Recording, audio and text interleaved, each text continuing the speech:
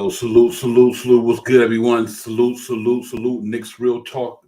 It's the pregame, man. We in the building pregame preview. Knicks taking no short against the Portland Trail Blazers, 7:30 at MSG. Knicks and Portland Trail Blazers about to get it popping. We're going to break it, get it all that, man. Break it down, get into the past game, talk about the Nets recap and all that good stuff, man. I got my partner with me, man, Sharp Howard. We got KJ and Vince going to be in the building. Salute to the chat. Salute to everybody where you're streaming them from, man. Let's get it popping tonight. Knicks got a game at the world most famous arena at 7:30. So we're going to try to go in here and get this W, man. We need a W, man. After coming off that game, we lost against the Brooklyn Nets.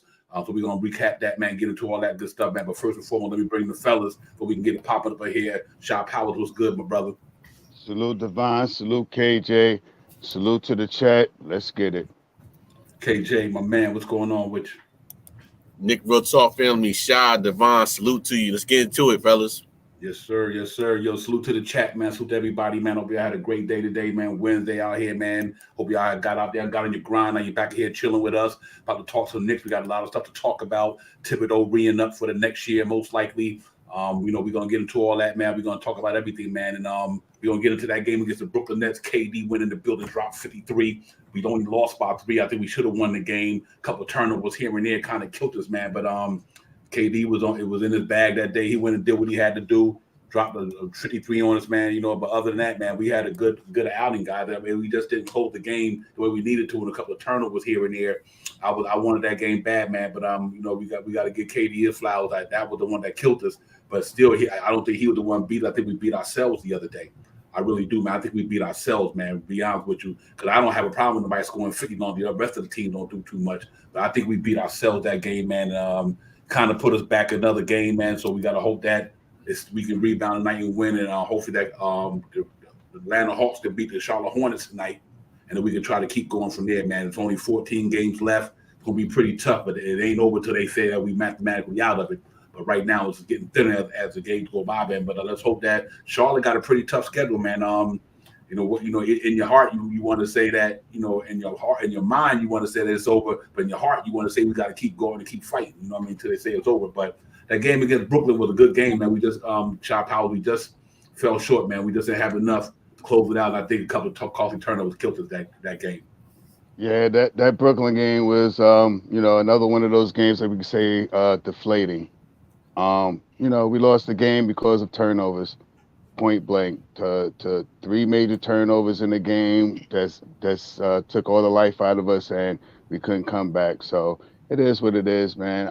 We got four of the next 5 games we play at home, and the 5th game I believe is Washington. I think we play on the 5th game at Washington, and we play Atlanta in that stretch right there. We got a winnable game tonight. And Utah. So these next 5 games, we're kind of far. We dropped back. We're about 5.5 games out right now. But in this next week coming up, we should be, if we can win some of these games against Atlanta, if we could win this game against Washington, that's picking up like a game. Win the game against Atlanta, that's like picking up a game. Win these other 2 games, it's another game that I'm missing. But it's 5 in these next 4 games at home, and that last 5th game when we play Washington. If we could go on a nice little 5-game streak right now, man, it's still possible. You know what I mean? It's still possible.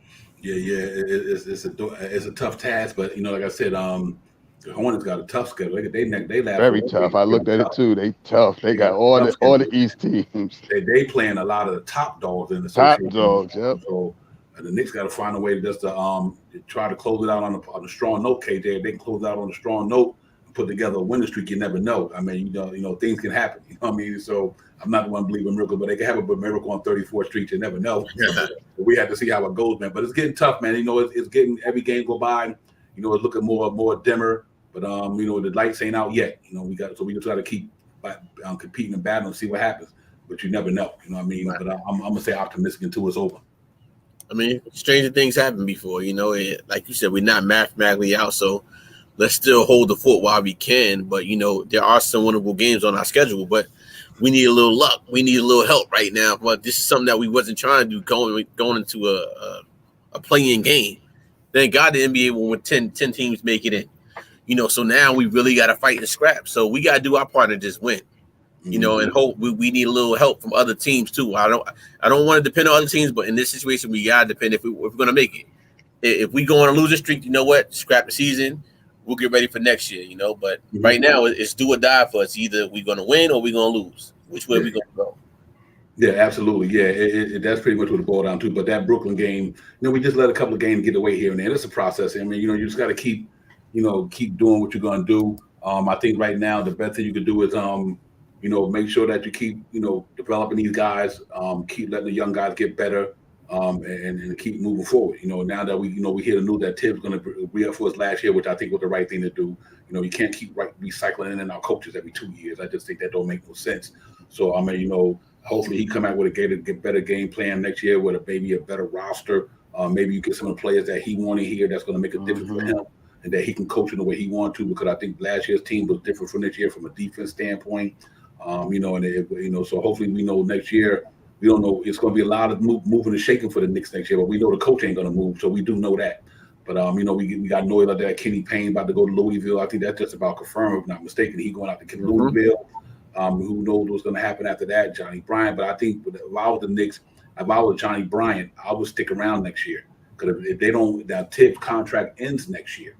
So let's say if they don't read him up after that next year, then Johnny Bryant could take over the helm. So hopefully Johnny Bryant got the patience to stay in there until Tibbs' contract is up at the end of 2022, 22, and 23.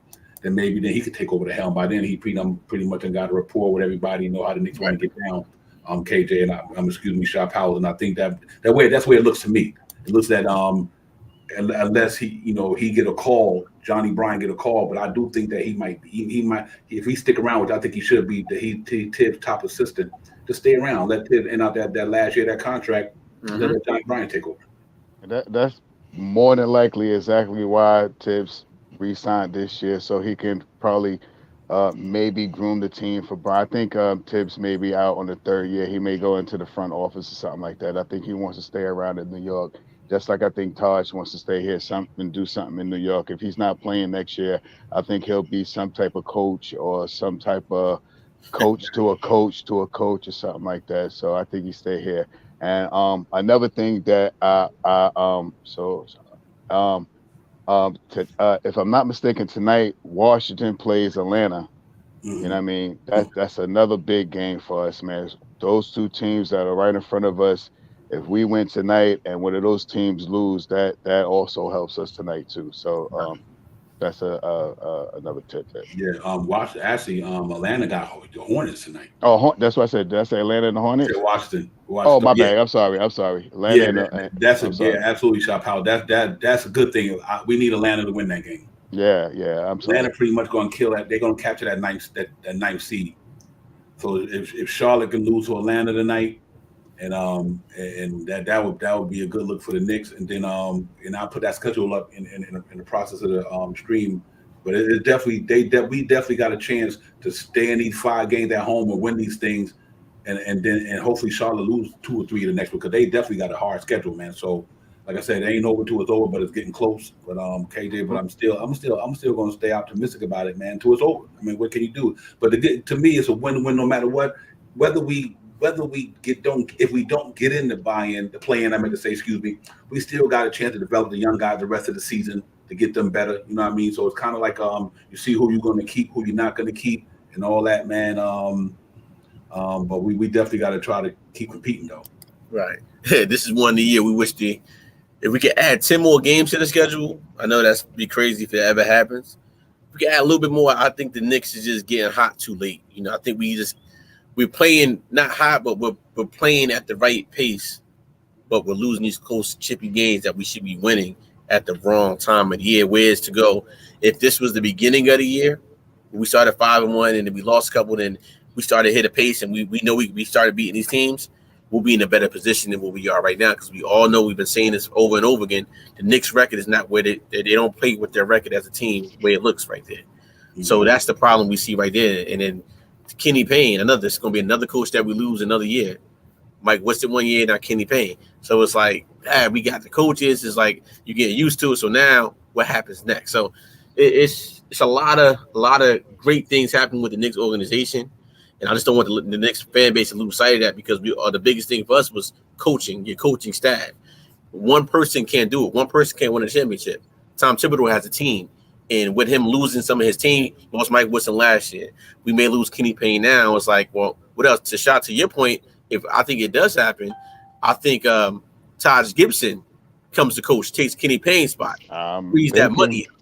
So things like that can happen. Mm-hmm. But right now, we're talking about the 14 games. We got 14 games to at least try to win them all. We got to do something, guys. And it could happen. So let's see. Yeah. I mean, you hope for the best, prepare for the worst, hope for the best. Basically, that's what it boiled down to. It's just been a tough season overall, man. Injury, COVID, player. We lost some key additions to this team, man. I think the biggest to me was Derrick Rose and Nerlens Noel. Nerlens Noel and Derrick Rose was a huge loss for the Knicks. Them guys was on the forefront of what we did last year. Defensively, offensively, them two guys played a major role in why the Knicks had the record they had last year. And to lose them guys for the most of the season was hard to recover from. Because, like I said, granted, we got some nice young talent, but you ask that young talent to do what veterans was doing on a regular. And, they just wasn't ready yet. But I think they're getting there. So that was tough, And, a lot of things didn't go our way. The Kemba Walker experiment didn't work out for us. That was a major blow. So, just a lot of things just didn't go our way. Then we lost players to injury. It was a tough season, man. But, I'm not disappointed. I'm just disappointed that we didn't get to where I wanted us to get to. But I'm not disappointed because I think the future looks good. I think the future looks good in New York City. I think the Knicks organization, we in a good situation structure wise. We just got to hope that all season pans out to better than it did this year. But I do think that we in a good spot. It's going to be so interesting next year with Tibbs coming back. Who stays, who goes? That's what's going to be the thing of the all season. Sharp Powers. And like you said, is Taj Gibson going to be able to move up to that coaching situation, put him up there, shift him over there, and is Rose going to stay? Is Alex Burks coming back? Is all these players Tibbs might have liked. Now, I think the front office might say, you know what? Let's get this man what he wants. Let's give him what he wanted, not what we wanted to give him. Let's give him what he wants. Who do you want? And I think hopefully Leon Rose and them do that, man. Give more emphasis to Tom Thibodeau on who he wanted out there. If they say this player is available, let Tibbs say, well, I can do this with him. I can't do that with him. I think that's what they need to do, man, to make sure they all in cahoots not in cahoots, but they all together on what they do and make this come together and, man, work for next year, man. Because like I said, I'm a little disappointed that we didn't get to the playoffs yet or the play-in, but this was tough, man. It really was. Yeah, I agree, Tricky. That Nerlens Noel underperformed with big time, and Kemba hurt us. This is kind of sort of, if we really want to look at it hypothetically, this is still like the second year of a rebuild. This really is the first second year that Tibbs has been here, Rose has been here, and stuff like that. It's unfortunate what we lost Noel for this year, because over his 7-8 years, I think it was 8 years that he's been in the league, this is probably his worst injury written year this year. He's kind of pretty much plays a nice amount of games, but this year really hurt him and also hurt us. The D Rose really hurt us, and I'm just speculating. This is my opinion. I think if D Rose was still here, Kemba Walker would have been playing better. I'm just throwing that out there. I think Kemba wouldn't have to put so much pressure on that leg. If D Rose is here, I think they would have played a little better if D Rose is here too. But we got a lot of regardless of what happens this year, of course, I said it, man. I want them to make the play in. I think the season, I ain't gonna say a bust, but I think it's gonna be a big letdown, or I'm gonna be deflated from not making the play in at least this year, after coming from that almighty 4th seed that we had last year. So I gotta stay optimistic, because we got a lot of things that we could do in this off season, man. And the only real veteran that I actually see that might be here, depending on how the team changes up, is maybe Derrick Rose. I think Burks, Fournier, I even think Randall might even get out of here too, man. It might be a chance that they might try to get off that $100 million off of Randall this year. So it's a lot of things. And we got a first round pick that we're probably at number 9 now. Who knows what happens? Maybe oh man, I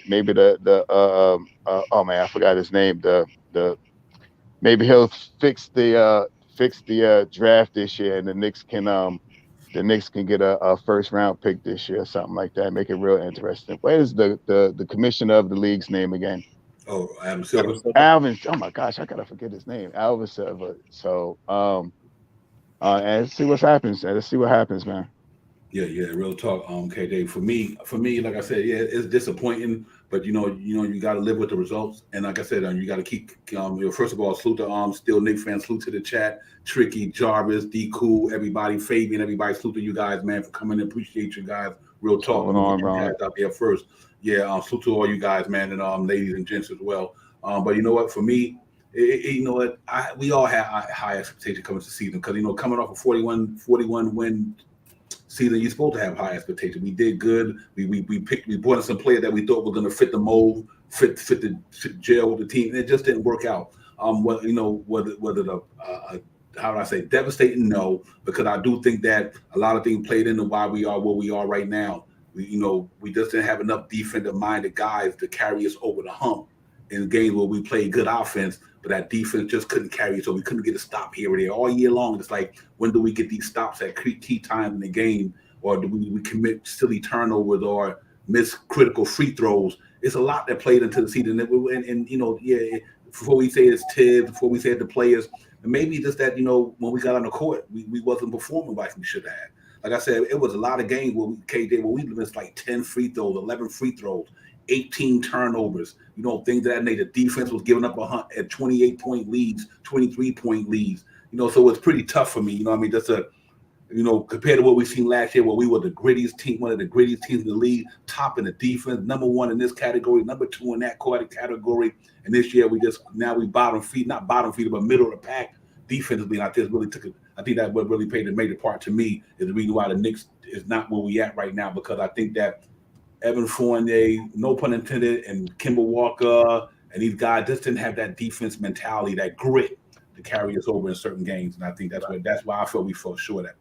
And you know what? Either we don't make it or not, I'm still at ease. There's the reason I'm at ease, because it's been such a long time that we didn't know what was expected going to next year. Now we know we have a good 5 or 6 young players that's in the infrastructure of the New York Knicks. We haven't had this feeling in a long time. So say we don't make the playoffs, but I'm at ease to say, you know what? I love what we got going forward. Now, year 1, it worked. Year 2 didn't. Year 3, it's like baseball. 3 strikes, you out. Year 3, something got to work. We've seen year 1, year 2. What's your 3-year plan now? 3 years now with this front office and Tibbs. Guess what? Now we got swing for the fences. Going forward, I'm happy with the Knicks infrastructure, the young guys are. What are we going to do going forward if we don't make, even if we do get in the play-in, we still got to do something. So let's go forward with these guys in chat. Let's say, what are the Knicks going to do in the offseason to really, really improve this team? Because every team in the East got better. How are we going to get better than Brooklyn? How are we going to get better than Philadelphia? Right? Those are 2. How are we going to get better than Milwaukee? That's the 3 questions that got to be made by this front office. Those 3 major teams, Chicago Bulls. 4, how do we get better than those teams? And then we go forward from there. Because look what Cleveland did. What Cleveland did. Cleveland got young infrastructure, right? I'm going to think about this. Oh, excuse me, KD. I didn't mean to cut. No, you good. Yeah. Let me ask you a question.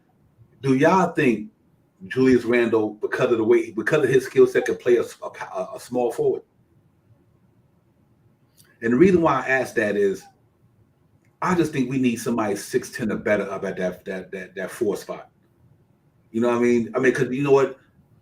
When you go up against the KDs and the ADs, and I'm just talking about the lengthwise. I look at certain teams, they got all that length up there, man. And I wonder if Julius Randle's skill set good enough to play a three spot in the NBA. And we get a 6'10", 6'11" power forward who can pretty much rebound, shoot the ball, whatever the case may be, and to add with Mitch if we keep Mitch. Because I when I was looking at that Brooklyn game, it was like, as long as KDs and the ADs and all these guys in the league, you're gonna have to have an answer for these dudes with some length, man. You know what I mean? And I thought that game against, when I see Mitchell Robinson block that shot, y'all, this is funny. When we did the pregame that day, that game, I was like, they should put Mitch on him. I was about to tell y'all that in the pregame. I was like, throw Mitch on him. Mitch got length. He could athletic. He could at least alter the shot, whatever. And because I just don't think Randall at the power forward, not his skill set, his height. It just seems like it's going to be a problem to me if we keep going up against the Giannis's. Not that he can't give it to him on offense. It's the defense side of the ball I'm concerned about, shot power. So I'm wondering if Randall got enough skill to shoot the ball from deep. He could put the ball on the floor. I'm like, put him at the 3, move Arte back to the 2, get a power forward and a point guard, and maybe that we might can do so. I just think you're right, Tricky Cat do solve the problem. But yeah, so I was wondering, to me that game, I was like, man, KD just shooting right over top of this dude. Ain't nothing he could do with him. So I can say this, Divine. Salute to Ron, still Knicks fan, because I feel the same way. He's coming down here being a point forward already. I mean, right. I don't see no reason why he can't. I mean, he has a jump shot on the wing. He knows how to drive to the hole. He has a short jump shot. All the features of a small forward. Someone that can play a small forward position. He's a little bigger, but he's 6'8". But can he play that? He's doing a little bit of that now. A small point forward. That's what we call him. So, he runs a little short. When he switches off, he's pretty much on like a small forward defender majority of the time. So, right. I mean, I don't think that's not a bad idea. And we go out there and get a nice somebody to be a power forward. I can see him playing I can see him playing the 3.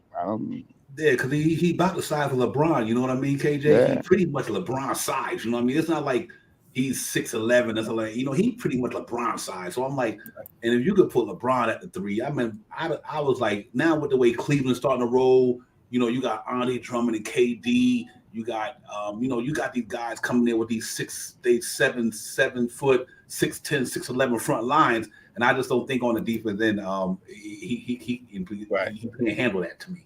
Hey guys, what NBA teams doing is positionless basketball. There's no more 1, 2, 3, 4, 5. Even that's why we growing up is 1, 2, 3, 4, 5. We have to get out of players that play a specific position.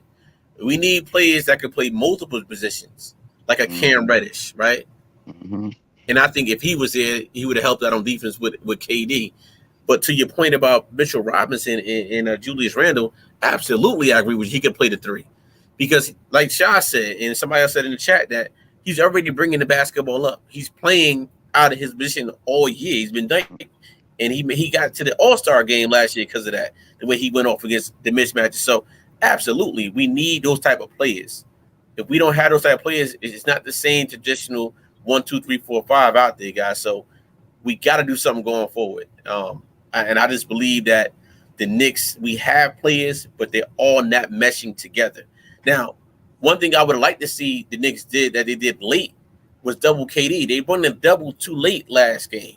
KD was already on fire. If you ever play basketball and you just feeling it out there, everything's going in.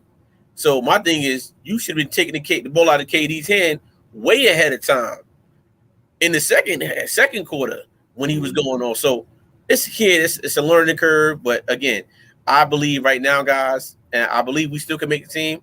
Make the play-in, but I do believe that it is just a little too late because of the teams in front of us and also us trying to, now we got to find a way to win. Just to jump in real quick, Divine, that game against Brooklyn, man, KD went for 54, something like that. He really got it in. He scored the baskets and all that stuff.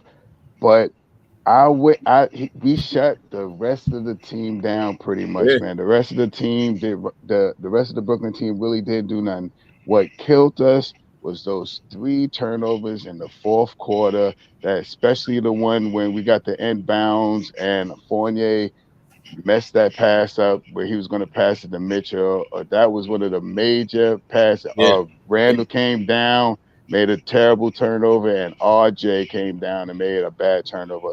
Those 3 turnovers lost us the game. KD could Yep. have scored 60 if we could have kept the rest of the team down and That's still right. won the game, man. Those 3 turnovers were big turnovers, and they were changing points in the game. We still had a little bit of a lead and stuff like that. You know what I mean? It was just a changing point in the game. We had came back, we were fighting, we were scrapping, and they just, KD could score all of those points if we shut down everybody else. And those 3 turnovers, man, those 3 turnovers were major. Yep. Yeah, real talk. Let me get this in right quick. Paul B, man, to go enjoy yourself, brother. Ain't nothing like the Garden. Your first game at the Garden tonight. Here's my advice to you. Take it all in. Take you some pictures. Just enjoy yourself. Take in the atmosphere. Even though it's not a creme de la creme game, but that's still, man, there's nothing like the energy in the Garden. I mean, Knicks fans come out to support no matter who they playing. Have yourself a good night in that joint. Take mad pictures. Taking the ambiance of the city. Just walk around the Garden. Just do your thing, man. Have fun. Hopefully the Knicks win for you tonight. But Paul B, enjoy yourself, man. I think you're going to have a good time regardless of who they playing. It's always fun to come to Madison Square Garden and watch a Knicks basketball game. It's good, and the atmosphere is electric and exciting. So have fun, Paul. Enjoy yourself tonight, man. I just want to leave your chatter there to get that into you, then I'll move on. But go get it, my brother. Enjoy yourself. Real talk. Hey Jarvis, I don't have a problem with it. It can be temporarily all permanent, but I just do think that these dudes is, man, coming in the league now, man. They just these lengthy dudes can knock it down. I just think that Julius Randle, because see, last year compared to this year, what made Julius Randle good last year, he had a lot of guys to cover for him. So you had what made Julius Randle a top defender last year, because a lot of the guys in the yes indeed, KJ, absolutely, I got you, my brother. He had the Reggie Bullocks, and he had the other guy to help him make him a better defender. Now he don't have them guys this year. You know what I mean? So it's like it's different. You know what I mean? So let's hope that he can do it. But I don't have a problem with bringing in a nice 6'10", 6'11" power forward who and Julius Randle can go out on the perimeter. RJ, you can move RJ back to natural 2, and and get a bona fide point guard. And with all the talent that we got there now, I mean the Cam, the Quentin Grimes, and all these guys, the Jericho Sims, man, you just get a couple of good pieces with this team. I think we should be good. KJ, I know you got to go, my brother, so I want you to get your thoughts in there, man. Take your time with it too. Hey, salute to Paul B. My question to Paul B is Paul B, are you on your way to the Garden now?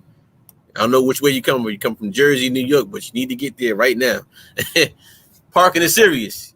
Park in the parking deck, okay? That's my advice to you, Paul. You have to pay that $50. Trust me. Pay the $50. But in all seriousness, guys, let's hope that we need a miracle. We need something to happen. Hopefully this Knicks team gets the W night. I'm getting our early chat. So my prediction for the night: no Damian Lillard, no Anthony Simons. I got the Knicks winning big tonight. Knicks 130 and Portland Trailblazers 110. I got us winning big. We're back home at the Garden. We're right there. We play better against the teams that we're supposed to beat, and then a team like this, so we got to watch it. But the Knicks know what's at stake tonight, guys. We know what's at stake. They're counting. Get this big W tonight. Go Knicks. And tonight's high man is Julius Randle. I think Julius goes for 40 tonight. So, KJ, my brother, I'm out. Coach, you already know. Thank you. All right, brother. Salute. Yeah, man. Real talk. Let's go ahead and break down the let's get into the starting lineup type thing for the night. We can finish this conversation. Good dialogue. Salute to the chat. Great dialogue up in there, man. Y'all keep it popping too. Real talk. For the Knicks starting lineup, so let's get into it tonight, man. We got the basic starting lineup tonight at the Garden. Alex Burks, Evan Fournier, RJ Barrett, Julius Randle, and Mitchell Robinson. Trailblazers, you don't even know what this team look like. They are so decimated. I can't even call out half this team. Brandon Williams, CJ Ellaby, Josh Hart, obviously. Waterford is pretty decent, and Drew Eubanks. That's their starting lineup. They are decimated. When I mean decimated, they are decimated.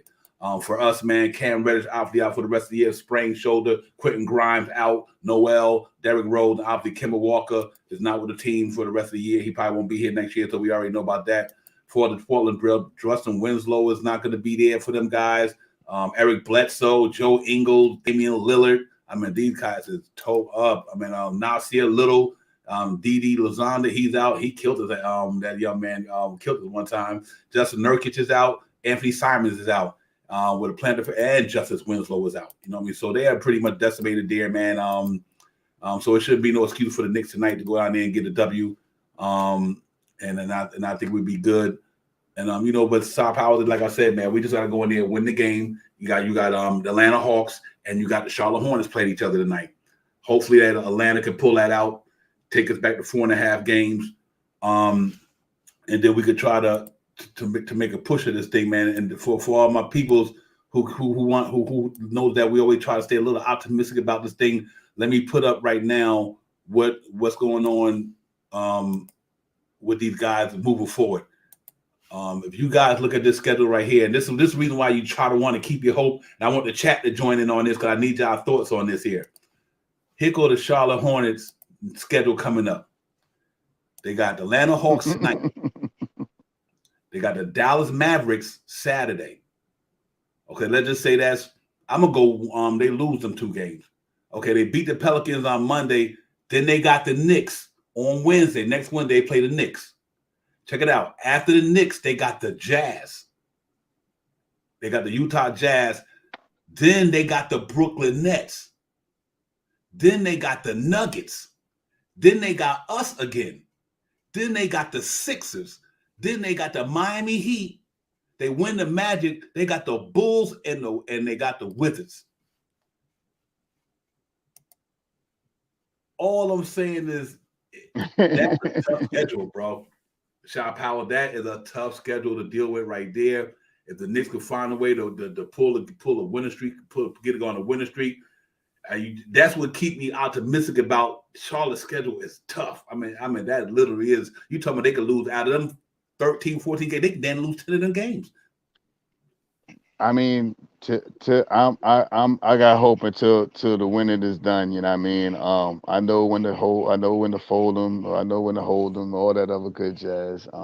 We go in here. The next 5 games, man, is real critical, man. We got 5 games at home. I mean, we got 4 games at home, and then we play Washington at Washington. I think that 5th game. Those some critical games because we got Washington in there, we got Atlanta in there. Those teams play each other, and like you said, Devon, that the rest of the season for them, our season doesn't look that. I mean, we went through it already. We got a couple of winnable games that we got coming up right now, man. And these next 5 games or so, man, can really make we might can make a little bit of noise, man. That's what we need to do, man. Tonight we just gotta get out there. But it's no way. I don't even want to get out there and say push the pace and none of this stuff. I'm just saying, man. It ain't y'all.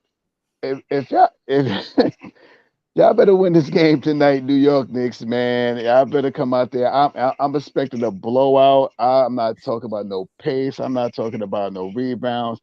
I just want to see a blowout, man. This team is we shouldn't have a problem playing this team right now. We've been playing much better. We've been playing more grittier defense. We've been rebounding the ball. We fall a little short on our assists, but we've been passing the ball a little bit, man. This is a team that we should have a really, really good a high scoring game. I'm not going to even say a blowout game. Just a high scoring game, man. Do what we got to do, man. Win this game tonight, man, for real. Yeah. I was while tripping out that dude. I just seen 10 losses on that schedule. Yeah. I just literally seen damn near 10 losses on that schedule for the Charlotte Hornets. That is a tough, man. Listen, Hawks tonight, Mavericks tomorrow. I mean the next day. Knicks, they got the Jazz after us. They got the Brooklyn Nets. I mean, in Brooklyn. They got the Denver Nuggets. They got us in the Garden. They got the 76ers in Philly. They got the Miami Heat in Miami. I mean, the Bulls in Chicago. So other than the Wizards, the Magic, and that's it to me. I'm like, Knicks just got to win these games, bro. So it is crazy, man, how tough their schedule is, man. That's the reason why you keep Slim hope. I wish we could put it together, man. And I wish we could get some players back, man. Because the thing about it, we got them twice. We still got the Hornets twice. So say we 4.5 games out tonight. If we win and they lose tonight, we got them twice still. Let's say you takes you down to 2.5 games, and that ain't counting the rest of what they got out there. That's what's so crazy, man. It's like, man, I'm hoping this is, but in the midst of all that, though, on a real note, while I'm gonna stay optimistic about that, we still got to let these young guys go ahead and play and develop, and keep doing what you're doing. I like what I'm seeing out of Jericho Sims. He's starting to get better every game. I'm liking what I'm seeing. Obviously Quentin Grimes was a big loss as well a couple of weeks ago. Yeah, but like I said, the future looks good. We got a lot of young talent, and we do, and I really like what we're doing. It's just going to be interesting to see where we put all these puzzles, the pieces of the puzzle together going into the all season. Who's getting to be here? Who's not going to be here? It's interesting. I just don't see quite a few guys coming back. I really don't. I don't think it would be the same. I see a lot of the youth coming back. I don't see a lot of them veterans coming back. I don't think the Noels and the Kimbas and the Burks of the world. I don't think they come back. I thought that that trade that they tried to pull off with the Lakers and Toronto Raptors before the trading deadline with Harlan Tucker, whatever his name is, and Alice Burks and Cam. I'm glad that didn't go through, because now that I see the Knicks got a full chance to look at Cam, they got to bring Cam Reddish back up in here. You know what I mean? So if that means getting rid of Alice Burks, that means getting Noel or whoever, you got to bring Cam Reddish back up in the building.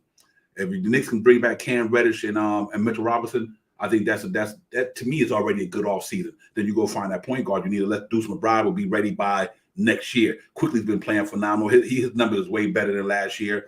He improved. So I think we got a lot of good stuff going on. We had to see what's going to happen in the draft, but I don't think the season over yet.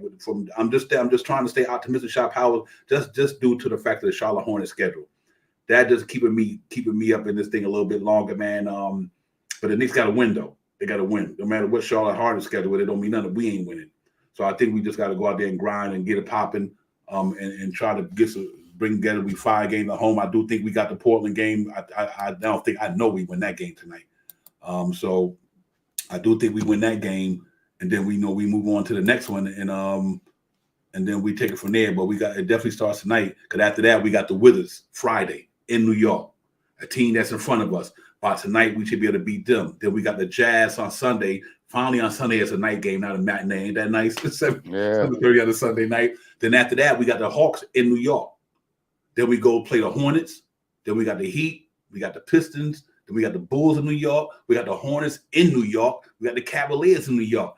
Knicks just got to put this thing together, man. Shot Powers, and I think we can hold our own down. I think Charlotte going to give us a chance to creep back up in here. That's my, I'm hoping that's the way it pan out. But in the process, we just got to keep, developing these guys, let them get better. Yeah, tonight is like the game that you say, this is the last hoorah right here, man. We got to come out here tonight.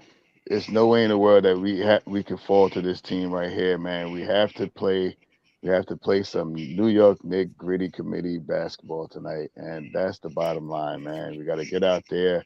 And this should be a game that we outscore these guys. We should dominate these guys on all the stat sheets tonight. Everybody should have a pretty decent game tonight. Mitch should have a good game. RJ should have a good game. Randall should have a good game. Hopefully we can get Fournier out there. Some of y'all young guys, IQ should have a good game tonight.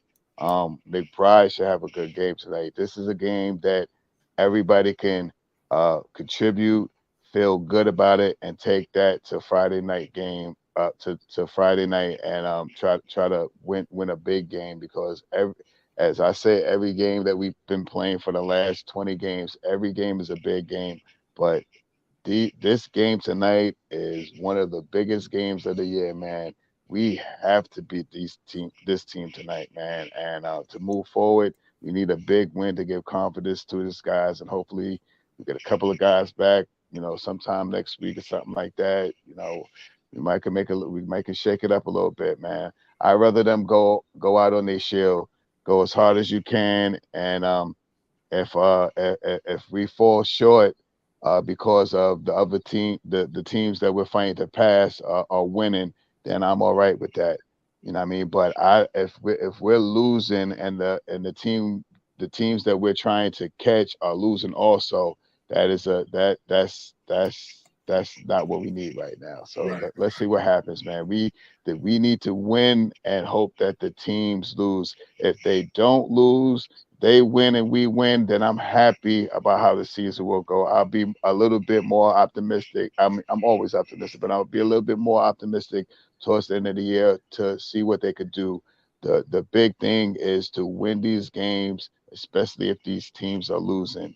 If we're any way of trying to pick back up and making it into the play-in, we have to win. What we got? 14 games left. 14. Yep. Yeah, we have to win at least 10 of these games, man. And that's being nice because we need like 12 games, man.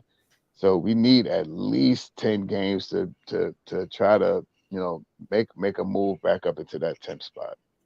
Yep. Yeah, I think it's to me it's there for the taking. I just think it's there for the taking. It all depends what we want to do. You know what I mean? It all depends what we do, man. It's there for the taking, and and we just have to see how this team gonna keep moving. Moving forward, progressing. If they're gonna progress and win some games.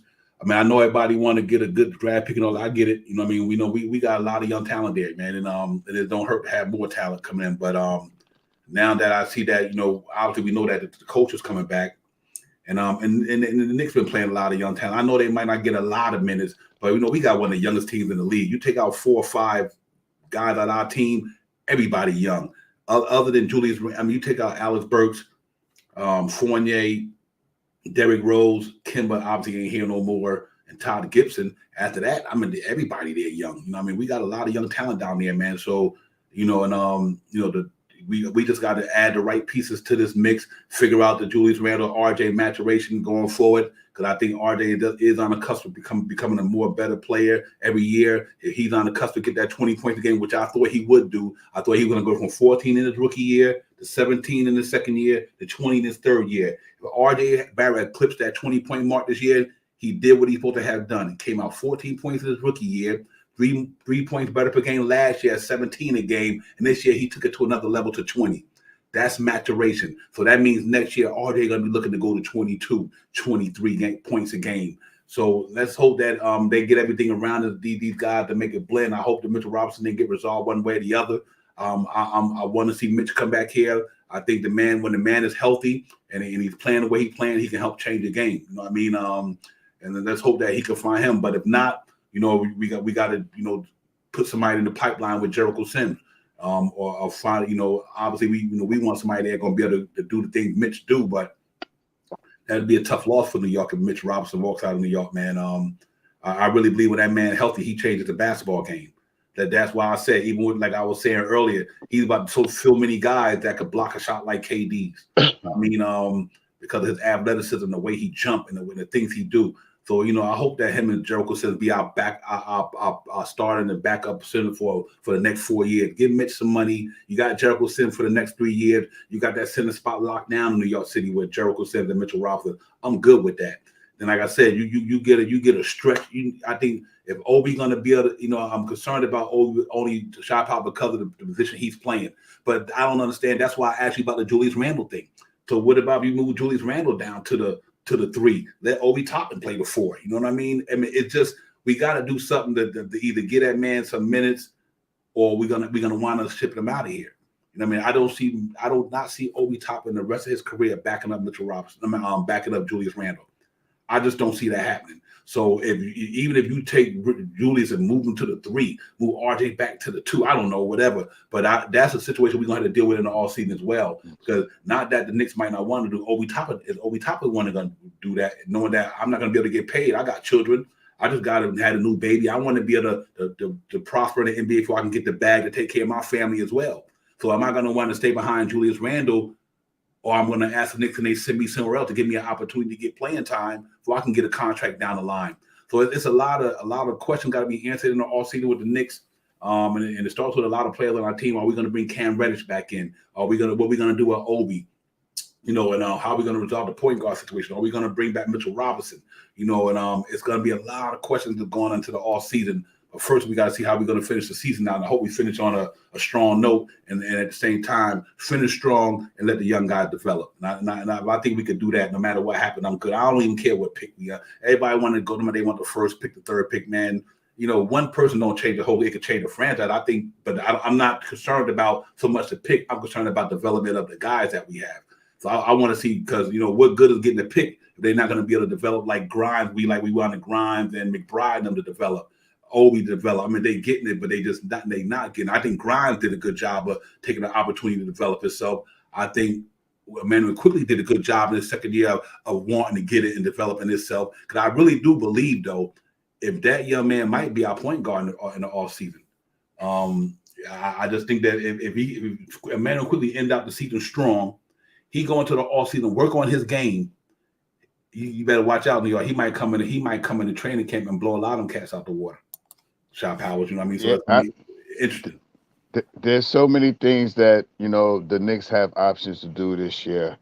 That last thing that you said about IQ, I think that is probable. I think that could be one of the routes that the Knicks shoot forward and shoot to do for next year, maybe, because he is definitely a Tibbs type of player. But this summer, man, we probably won't see, like you said, a lot of these guys like the Burks. I think they might even try to move a Fournier. I think worst case scenario, we may even see a move to move Julius Randle. You know what I mean? That might be, if something comes along the board, I think that might be seen. I also see them, if IQ is not the starting point guard, I see us going out to get some type of big point guard, man. There's a couple of point guards out there. I'm always going to say this. My brother's probably listening. I want that guy from San Antonio, man. I want Murray from San Antonio. I would like to see Murray in a New York Knicks uniform. But someone that I think Tibbs might be looking for, that might be up. This might be up. I'm not 100% sure. I'm just throwing that out there. But I know he likes big guards. And the guy from Indiana, Brogdon. I think that might be a point guard because of I think they might look to maybe try to get him. I'm not sure if they're going to look to go get Brunson, but I think they'll look to go get Brogdon before they get Brunson. If it's about for the same somewhere around the same amount of money, I think they'll go Brogdon then Brunson. But there's so many things that the Knicks are going to be able to do, man. And everybody talks about the trade picks and we move up in the trade thing and all that stuff. Yeah, if we move up until hypothetically the third or fourth to right now we at 9, we move up to the 5th spot. That doesn't guarantee us in the lotto to get it's possible that we fall under 5. You know what I mean? If we go into the lotto and they pick our number, we may not be. We may be the 5th option with more envelopes and more percentage to win the first round, but that doesn't guarantee us anything better than the 5th round. We could draft that 5. We could have the 5th position and still drop down to 7th, 8th spot. So everybody talks about. I think the draft pick is something that we have this year is going to be part of a package that we put together to get a point guard. So I don't care what if they unless they rank their draft pick in the top 3. If they go in the top 3, then maybe we might take them. Then we'll make a different type of move depending on who we pick up. So all of that stuff, it all depends on how this draft goes this year. I would love to see Mitchell Robinson back this year. I think they should sign Mitchell this year and sign Reddish this year, you know what I mean, to get to how I don't know what the cap space or how if the luxury tax or whatever they got to do. I think they should keep Mitch so it could be we could have a premier, a semi-premier center with a decent backup coming behind with Sims as a backup. I think that would be and get rid of Noel. I think that could be a good 1-2 punch in the backcourt for your 5th man. So it's a whole lot of things, man. The lineups could be totally changed too, man, because we see the elevation of Grimes. You know what I mean? We got Grimes out there, and but we'll see when he comes back next year and see what he could give us, man.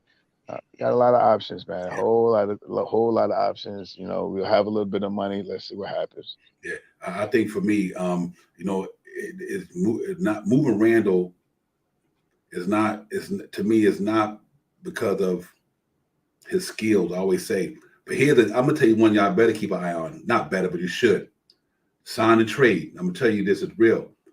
I think that the Knicks probably would do it. I know probably we played on one game, he didn't have a good game. Well, it didn't look good that game.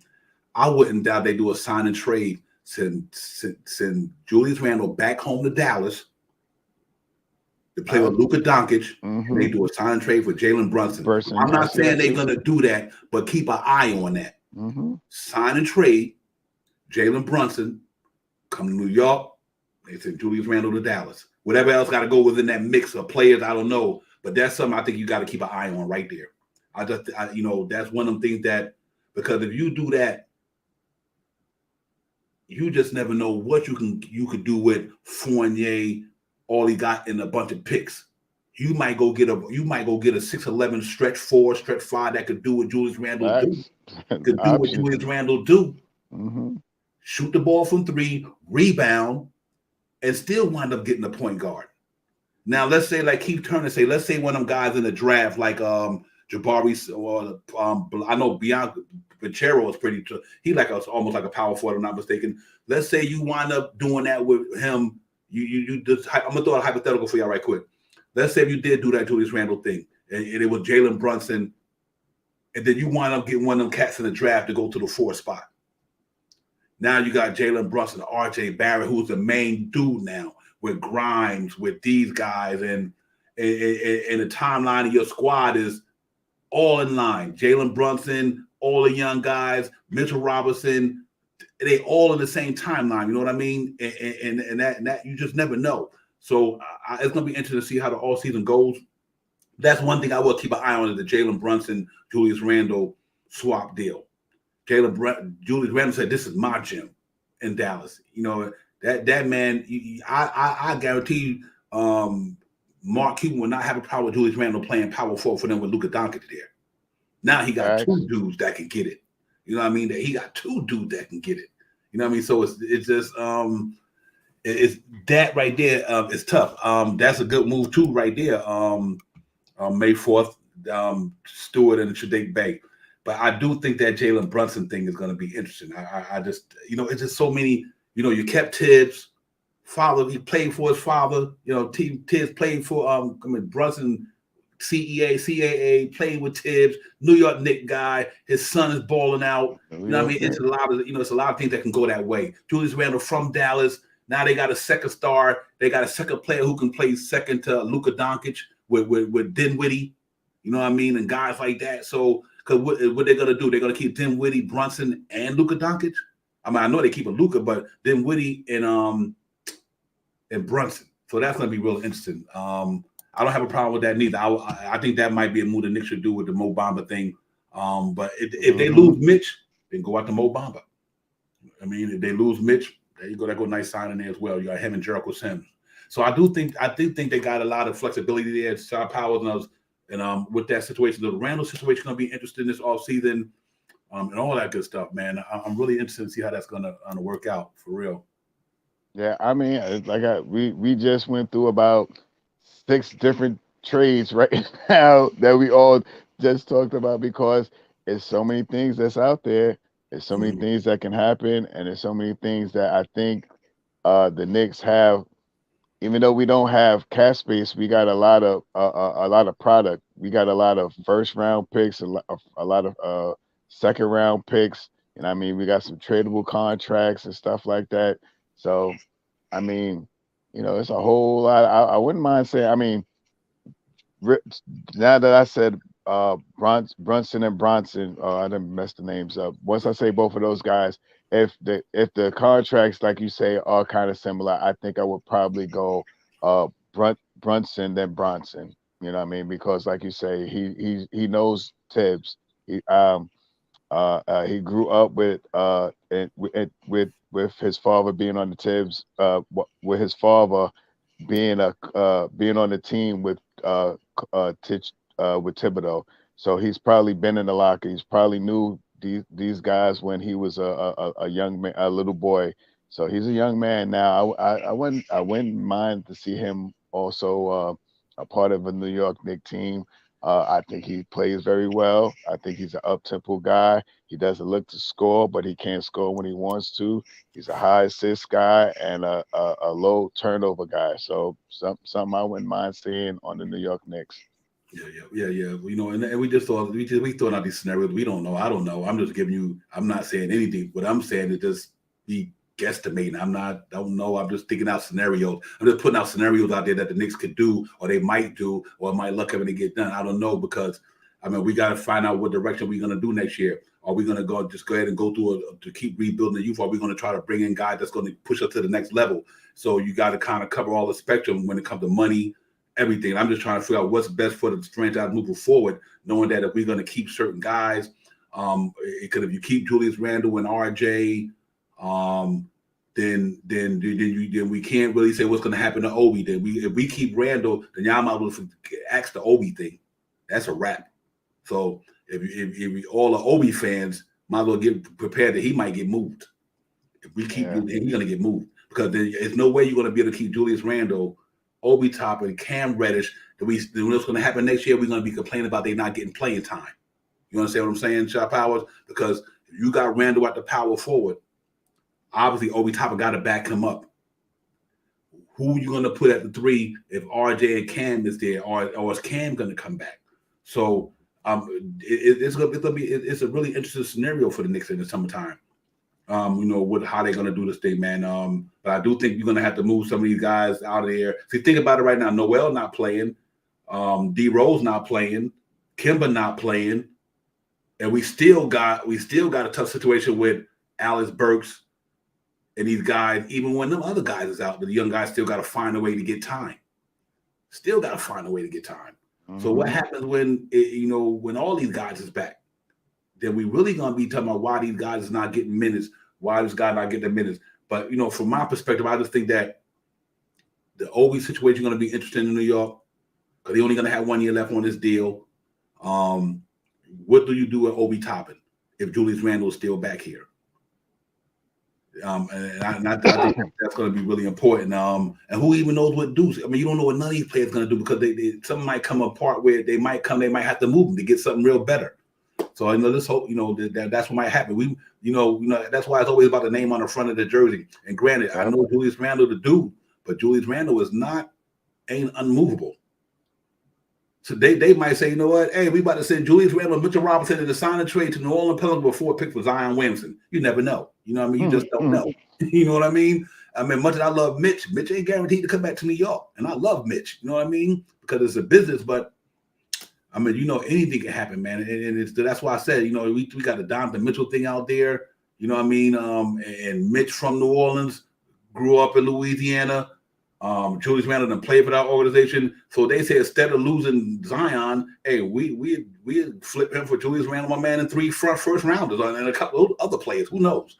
But that's why I said, man, let's hope whatever we do, it makes the franchise better. But I do think that we got to solve a couple of quagmire shot power that we gotta resolve in the offseason. Because what do we do with Cam Reddish? Because the Knicks was about to trade Cam Reddish. You know what I'm saying? He was about to go to LA. Him and Alex Burks. So what does that mean for Cam Reddish? If they was willing to move Alex Burks and Cam Reddish for Taylor Horton, excuse me. What does that mean for their future? And much as we love Cam Reddish, what does that mean for his future? So it's gonna be tough. We're gonna have some disappointed fans maybe if some of their favorite players might not be here next year. But I do know they need to move some of these veterans like Alex Burks up out of here, Kemba Walker up out of here, Nerlens Noel. Them 3, first of all, they need to be up out of here. I just think that's the way to go. Yeah, I think they all go. I think Burks is out of here. Kemba. I think they may try to move off of Evan Fournier. Noel. I think Taj may be our big man coach for next year, so he may come off the books. I think the only veteran player that we might keep is probably Derrick Rose, man. Derrick Rose is probably the only one. I even think that you may see, if we look into get a bona fide point guard, you may see a trade that includes maybe a Obi or maybe a IQ. I think they signed Reddish. I think they keep Reddish because he's a multitask guy. He could play. He could play the 2. He could play the 3. He's been playing some 4. I think they keep him. I think he's a keeper. And but you may see. I think Grimes is a keeper. Um, you know, um, Sims and Deuce probably will be here next. Is definitely going to be here next year. So, you got Randall out there, IQ, Obi, Mitch. Those guys. And that maybe could be here, maybe not. So we got a couple of things that we could do. Got some first round draft picks. We got some Mhm. second round draft picks. It's going to be interesting for us this summer to see what the Knicks come up with, what they think they're going to move, how they're going to move this draft pick. I think they have another second round or something like that also this Well, year. they gave up the Charlotte first round pick to the Atlanta Hawks Right. for But Cam they Reddish. got their own first, and don't they have a second this year also? This is going to be the 2022 draft. Now I know they had Dallas. Yeah, they moved Dallas up. They got 20, two. right, Yeah, but 2022, they moved the 23. Dallas pick up. I forgot what it was. I think there's like, even if it's not 2 picks, that first round pick that we got could possibly be in the top 10. I think that's going to be, and I don't know if we unless we get like the top 3, unless we get into like the top 3, I think that's going to be something that's put in a trade. I think I put that in the trade. You know what I mean? San Antonio will probably be in the trade this year. We could probably give San Antonio, if San Antonio gets a first or second round pick and we get a third or fourth pick, I think if we move something to San Antonio, I think we could pry that guy Murray from off of them. We throw a couple of guys over there to San Antonio. I think Fournier will fit good in there. Somehow if we could finagle him to go over to San Antonio. I mean, there's so many things that we just sitting here talking about that the probably Knicks that already went through, or even got some more pick things that they're waiting for the season to be over to find out what they're going to do with this end of the season. But I think in order for our youth like a Reddish to be here, Grimes to be here, stuff like that, we definitely have to come off of Burks, and we might have to move on for Fourier. Those two guys are like shooting guards, small forwards, or whatever you want to call them. They in order for Reddish to get good amount of playing time, Grimes to get a good amount of playing times, we have to move on from, I believe, Burks and Fournier. Yeah, you got to get them up out of here. I mean, see, and that's the thing. Burks is a good serviceable backup guy in this league, Yes. and that's what's so tough about the situation. But that's the only thing that I'm disappointed about. I get what Burks is as a veteran, but he's just a backup. He's a serviceable backup guy in the league. So I mean, he's definitely not the answer to our future. But I just think they got to move on from expiring contracts and revamp it, bring in some guys that Tibbs probably wanted, because we got to realize Tibbs will be here next year. Tom Thibodeau will be coaching the New York Knicks next year. So what the Knicks going to have to do is bring in, and here's the thing about Tibbs. He played Derrick Rose in his rookie year. He played Cat in his rookie year. He played RJ in his second year. He played Quickly in his first year. He played Obi in his first year. You know what I mean? He played Mitch in his second year, a third year, but he got, he's a little injured. But, it's just now, what are you going to do moving forward? Because we got a young team here. Once you to get rid of the Burkses and all we got a young team in New York, a real young team. They're young. Julius Randle, the oldest guy that would be there, probably 26. Other than Derrick Rose, you ain't going to count him anyway. But we got a lot of young talent down there. A lot of young talent. Mitchell Robinson is young. RJ is young. These guys is young. Cam Reddish is young.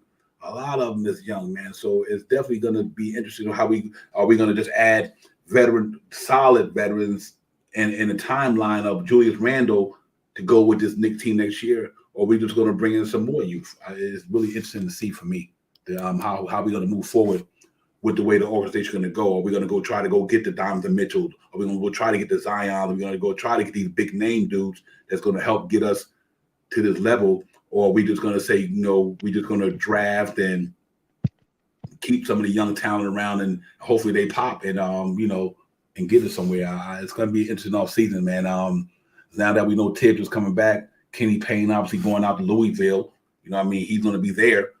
Johnny Bryant's going to be left there as a remaining coach. Like you said, you could slide Todd Gibson over there as a big man coach, which I think I would do. Exactly. To slide Todd Gibson over there. If he willing to ready to retire, or he might feel like he still got some more left in him, he might want to go play somewhere else. But I do think that you can let him be like a Udonis Haslam for the Knicks. Player coach or whatever, and make that understood to him. He probably know that already. And so we got to see, man. But moving forward, I think we in a good spot. Just wonder what the front office is going to do. I'm just curious of how they're going to make the moves and what we're going to do with the Julius Randle RJ thing. You think they're going to be able to continue their career the next 4 or 5 years, just doing what they do? Because we're going to lock RJ up for the next 4 years. We got Randle for 4 years, so that Randle and RJ, they're going to be there for 4 years straight. If you keep Mitchell Robinson, that's another 4-year deal maybe. So you pretty much got your starting front line going to be there for 4 years. And then what do you do with the backcourt? Do you move on from Fournier? So do you replace Kemba Walker and Fournier with somebody else there? Shot Powers, and that's if you're going to keep Randall, you're going to extend RJ, and you're going to extend Mitch. Who do you do? What do we do at the 1 and the 2? And that's why I brought up the Jalen Brunson thing with Randall, because I do think you can get a power forward who can do the same thing Randall do. I just think that's out there. We just need a point guard to run the ship. But so I do think it's going to be interesting to see. I'm just curious how it's going to work with the up and down with the fan base when it comes to Julius Randle. That's my only. It's always, like I say, guys, it's never Julius Randle talent. I think Julius Randle saved this franchise last year. But after this year, let's say we go into next year, we keep Julius Randle and we don't win again. Then what happens? Okay, we got him 4 years and we still losing. That's the dilemma we got to deal with, with Julius Randle. We got him for 4 years for 100-something million. Is Julius Randle and RJ Barrett and whoever you bring in here going to make the Knicks relevant? That's the debate that we're going to have with this stuff. Can Julius Randle or RJ Barrett or whoever you bring in here get the Knicks to where they got to go? If not, I personally say move on from Julius Randle. This is my personal opinion. Find you a power forward who can give you the number and go get that bona fide point guard. You took one position, switch it for another position, but it's paying dividends. Like Randle, if you move Randle for a bona fide point guard, you lost Randle, but you got a bona fide point guard. So you still kept it. You didn't lose nothing. And then you go get a power forward that can give you the numbers, some decent numbers, and you make the team better still. That's what we're gonna have to deal with right there, brother. And I'm gonna be interested to see this summer from me, Shot Powers. Yeah, no question. I think a lot of people this team next year. We talk about the people that may not be able to be moved. You may see something for a Reddish in the trade, or a Grimes in the trade, a Deuce in the trade. You never know, because depending on who they're looking for, you have to give to get. And it's not like you can offer up Kemba Walker and Alec Burks and go get Cat. You can't offer up those two guys and think that you're going to go get Cat, or you can't offer Kemba Walker and Noel and think that you're going to get DeAndre Murray. You got to give to get. If you're going to offer up these guys, you're going to have to give maybe one of your young guys, plus a veteran and some picks. So anything can happen, man. I'm hoping that we can keep Mitch, RJ, Reddish, Grimes, Deuce, and Sims. And aside from that, I don't want Obi to go, but I think Obi's going to be. If Randall stays here, he's not going to get any. He's going to get some of the same minutes that he's getting now. I think if that's going to happen, we might as well try to ship him out and try to get to facilitate something, another player that's not gonna need that many minutes behind Julius Randle. If we get rid of Julius Randle, maybe we can keep Obi, but if we keep Obi, is Obi going to be a starter, depending on what point guard that we get? You know what I mean? This is a lot of things that, you got to think about, and I know the Knicks are thinking about it, but just to put it out in the air, if we let Randall go, is Obi going to be a starter now? I don't know. Is that what everybody thinks? You think if Randall goes, Obi's going to be our starter? I don't know. If we get rid of Mitchell Robinson, I hope Mitch. I don't even want to say it out my mouth because I really don't want Mitch to go. But if we get rid of Mitchell Robinson, who's going to be our center now? We could go look for Mabamba. It's a couple of centers. I mean, it all depends on what point guard we get, because in a Tom Thibodeau style game, you don't necessarily need a dominating center. You need a center that rebounds, that grabs some offensive rebounds and can score, because he does it. Thibodeau did well with Noel. Noel is not a big scorer. He's more defensive minded. He's not a big scorer. So is that the route that we're gonna go? We could go get Robin Lopez or somebody like that. You know what I mean? If we're gonna go back to that type of style of basketball or something like that, that's not gonna be nothing but $10 million. I don't even think he's $10 million. I think he probably I think Robert Lopez, I don't know how much money he's getting, but we could go for a cheaper center and put more of the money into the point guard. So many things we can it's see. interesting because talent got to bring in talent. Right. Right. And I'm not one cramming to trade Julius Randle. I'm just throwing out scenarios, guys. So don't think I want Julius Randle out of here, because I think right, fact. But I do think that you're gonna have to give up, like you said, you have to give something to get something. Got to, man. You're gonna have to give, like you can't trade Fournier, Burks, and Kim Walton, think you're gonna get a creme de la creme point guard. Right. That ain't gonna happen. You know what I mean? So you best either think you're gonna go get, you're gonna let one of our guys in our startup on our team now develop to be that guy, unless you draft, you luck up in the draft and get an Ivy or somebody. But if you talk about a creme de la creme name, you got to either give up RJ or Randall if you want somebody that's on that level. You know what I mean? Like, you're not gonna get a high caliber level player for somebody that's not a high level, unless you're giving up mad draft picks, you know what I mean, aspiring and things of that nature. It's doable, but if you just survey the landscape that's out there now, how many point guards is out there that, now, don't get me wrong, you got the John Walls of the world who are gonna have 1 year left on the deal. You know what I mean? Who cares? You have a aspiring $40 million contract. Would you take a John Wall for Evan Fournier? Turn all these guys. You know what I mean? Would you get by Alec Burks, Kemba Walker, Evan Fournier for a John Wall for 1 year, knowing that after that $41 million is gone? Then you got him, Julius Randle, RJ. Okay, you know what I mean? It's gonna be guys out there that's gonna be able to get. But I'm just wondering what it's going to take to give them, and you don't want to mess up the infrastructure. Right. We don't want to mess up the infrastructure. The Knicks are in a good place. We got a lot of draft picks moving forward. You don't want to give up the house just to get somebody who you think that might get you over the hump. I'm not willing to do that unless you talk about Donovan Mitchell, Cat, or Zion, big. Or if you're going to mortgage the form, brother, you better make sure you mortgage the form, but somebody who you think that's going to be able to get us to the promised land. Or you not mortgaging the next future by just giving away shit for some mediocre players. Right. I mean, can't do that. Yeah, just looking like, everybody wants Cat here and stuff like that, and I would love to see Cat here. I believe Julius Randle would love to see Cat here.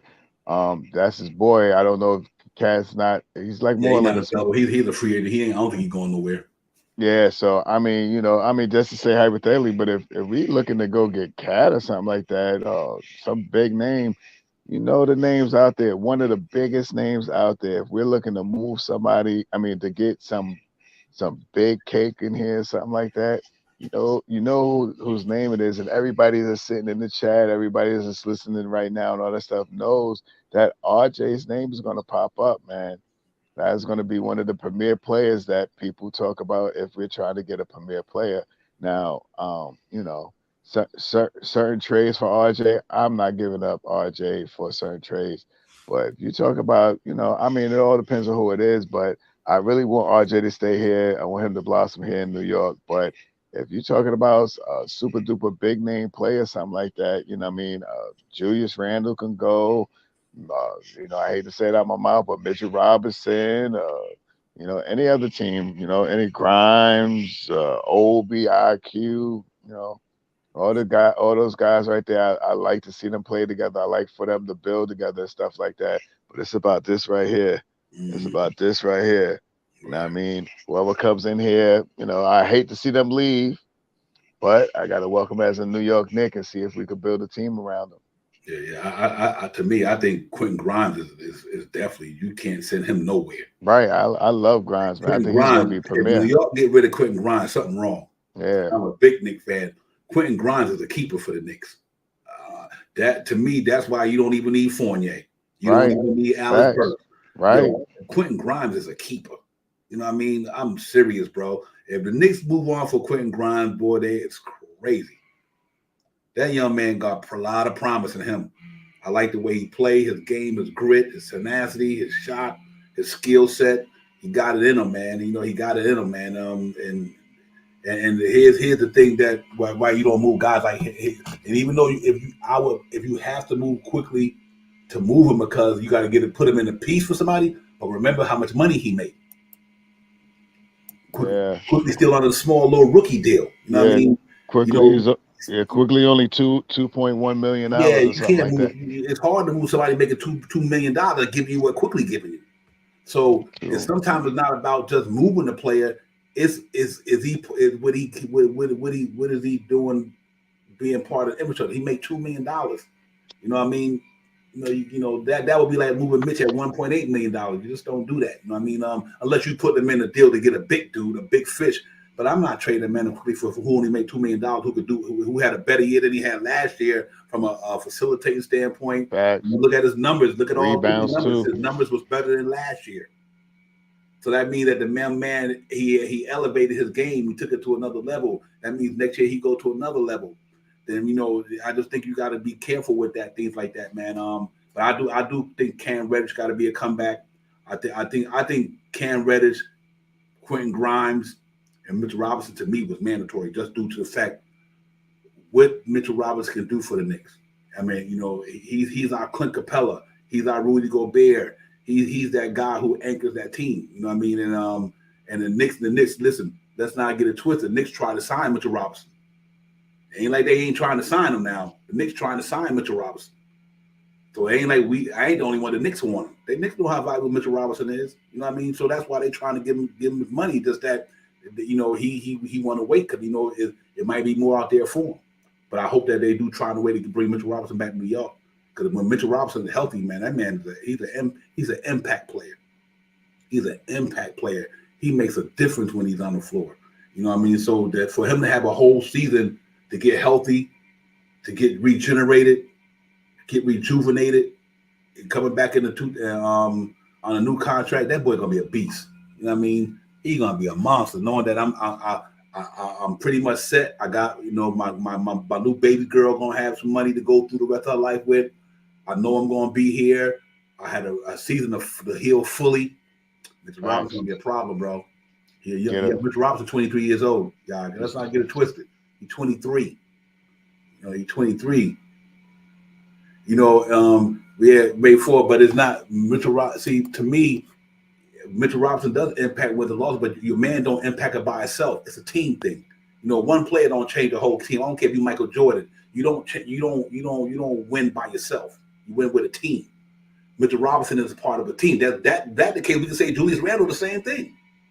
He don't impact winning if that was the case, but that's not the case because it takes a team to win. Right. I think that the reason why the Knicks see everybody down on the Knicks this year because we 28 win because that has something to do with Evan Fournier and Kemba Walker. Let's get this straight in New York right now. Let's have some real talk. The reason why the Knicks was 28 and whatever is Kemba Walker and Evan Fournier. Period. They just wasn't. They didn't cut up for us. End of the year. They just didn't. It ain't had nothing to do with Mr. Robinson. It had to do with Julius Randle. It had nothing to do with RJ. It had nothing to do with none of them young dudes. They brought in two players that they thought were going to change the trajectory of where we play basketball, and it didn't work out. Kimball Walker was a setback. Derrick Rose injuries was a setback.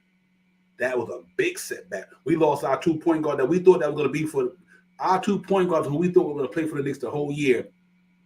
Not even playing. Right. Not even playing. Not even playing. Nerlens Noel injured the whole year. The whole year, basically. Not even playing.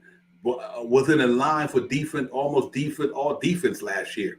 That's a big loss, man. That's a big loss. You know what I mean? To have an impact 3 impact players like that to come on your team that's going to help get you to 41 wins or 50 wins, whatever, and you lose them. You can't put a stamp on what that means. You know what I mean? That's a tough blow for the Knicks. So what happens? Julius Randle had a little bit of struggles. RJ struggled a little bit coming out the gate. It just was a bad year. But I do think when you watch all the Knicks games this year, Shop Howard, when Mitchell Robinson leaves the game, look what happens to the Knicks, guys. See, that's what I mean. His impact of this here made for just to piggyback off you. Not saying you're wrong or right or nothing like that. I'm not debating whether that is. But when Mitchell Robinson leaves the game, people run amok on the Knicks. Everybody. It's just like a train running down the track when Mitchell Robinson goes out the game. Hey, watching Knicks games, if you go back and watch every game this year that Mitch played, when Tom Thibodeau will take Mitchell Robinson out the game, I can say this, man, and even though I'm really a bit big Mitch, I'm a homer for Mitch.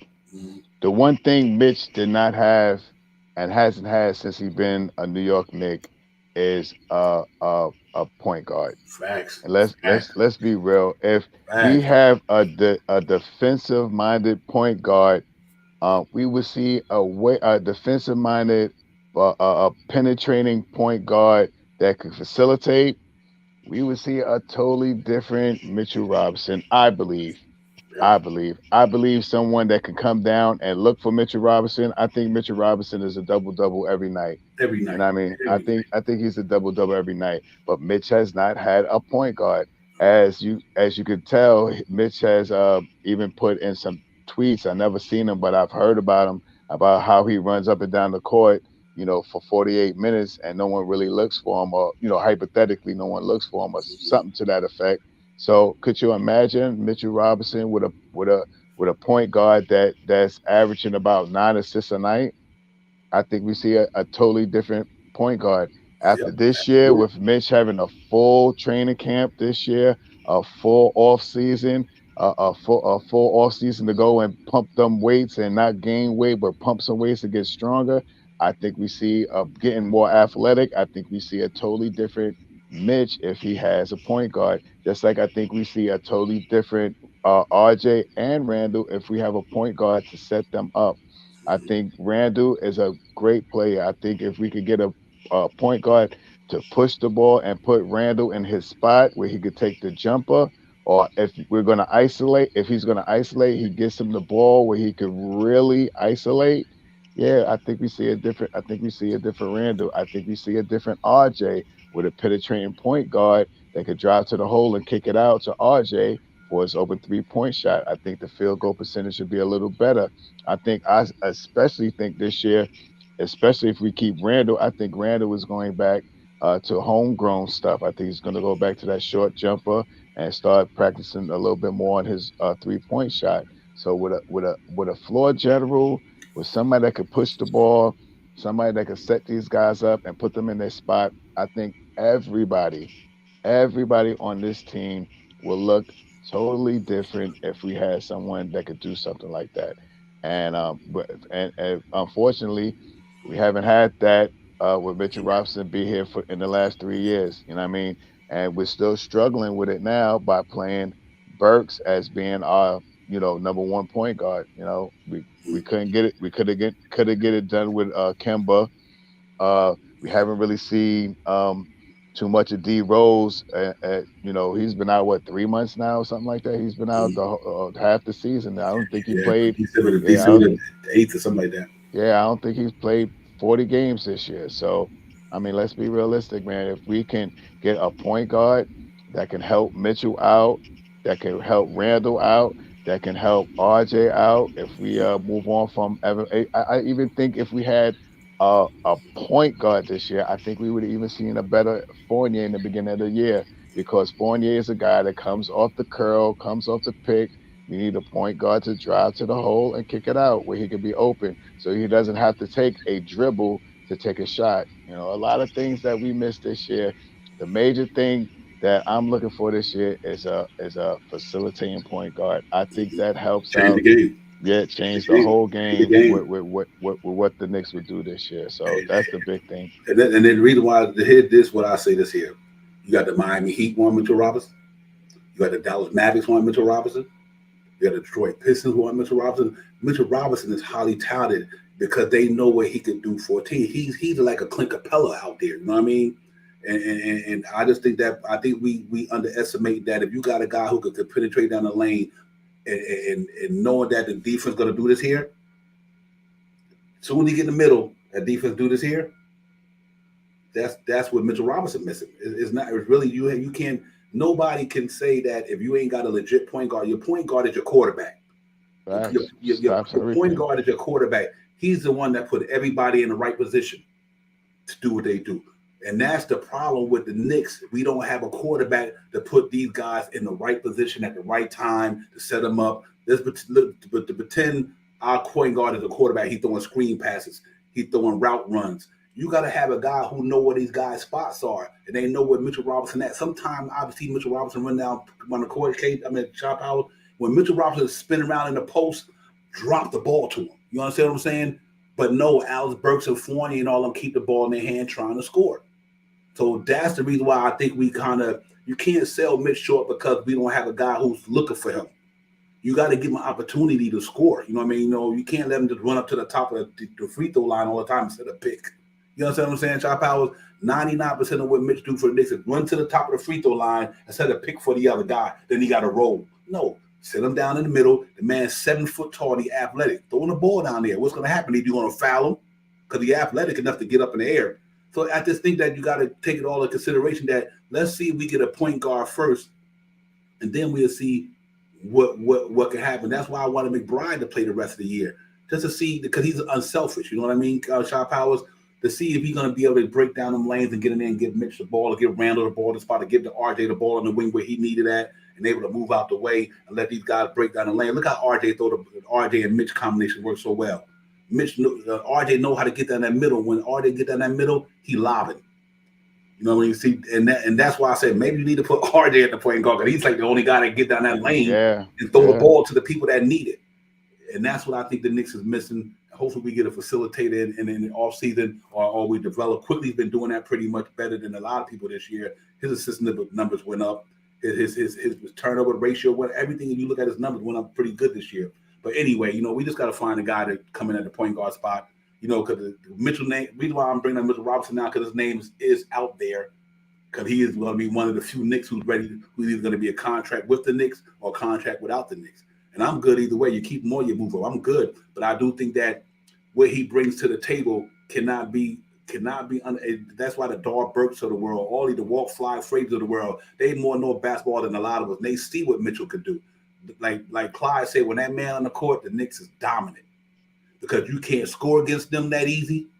You know what I mean? And if you ain't got an athletic center, he gonna jump and eat. He gonna eat their lunch. I mean, you can't tell me a guy who put up 14, 17, 4 blocks, 3 steals is not a. Come on.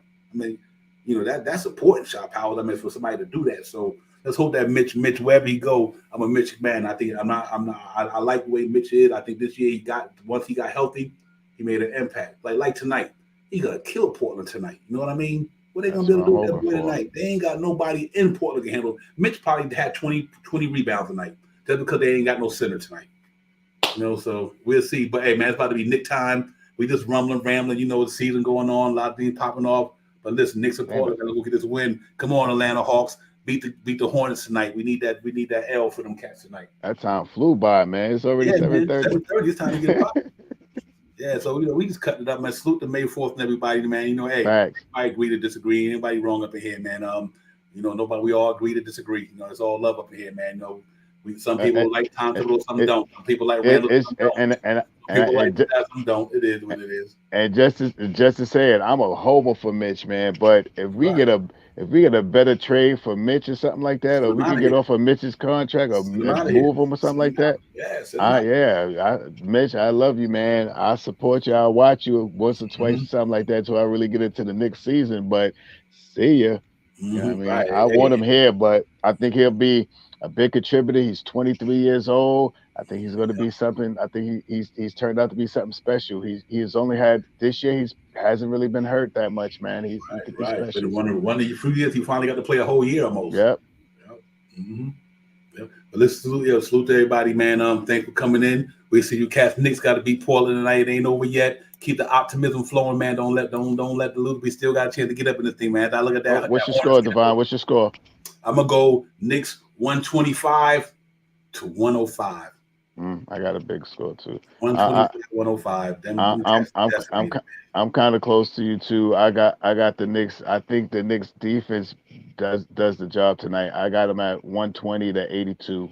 Ooh, that's about a 40. Let's go see it. Then we need that to come. Yeah, I think their defense and their offensive aggression will take them over the. I don't think they score. I mean, whatever. We'll see what happens. That's what's up. Well, we'll see y'all on the next game. The Knicks will be with the Withers on Friday. Knicks will talk pregame. We'll be in the building. Shout out Powell, the chat, everybody. New York Knicks, let's go get it, man. Salute everybody. Let's get it. This game. Peace.